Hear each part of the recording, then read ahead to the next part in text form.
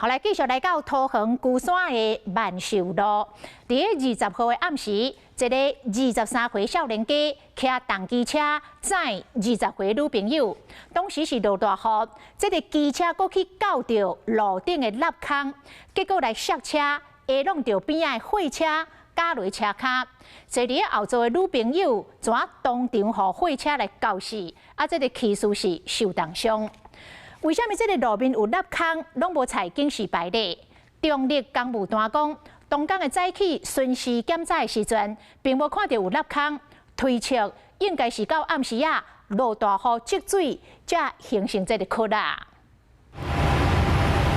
下班的尖峰时间，落大雨，证明外线的车道一台奥多麦裂残，冲入去货车的车卡，后座的人被搞过。救护车赶到现场，证人替受伤的人查呼。代志发生伫昨日暗时7点外，一对情侣往新北市方向伫骑，经过桃园龟山区万寿路一段，搞到窟仔裂残，和货车搞到造成一死一伤。男子多处擦伤，女子送医后能宣告不治。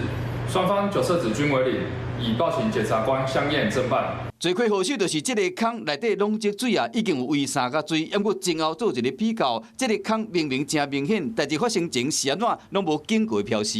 那个行车影片我们调阅回来看，其实当天的影片早上10点多影片看起来路面也没有异状，是不是因为降雨，然后车辆在压，造成这个修补的材料有点脱落，才会造成这个事件。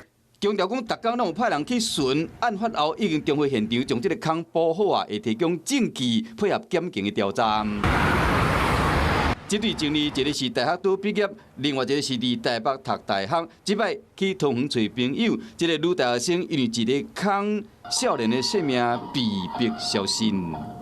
Hello， 我是张新文。想要抢先掌握最及时的新闻资讯吗？赶快订阅、按赞、开启小铃铛，锁定华视新闻 YouTube 频道。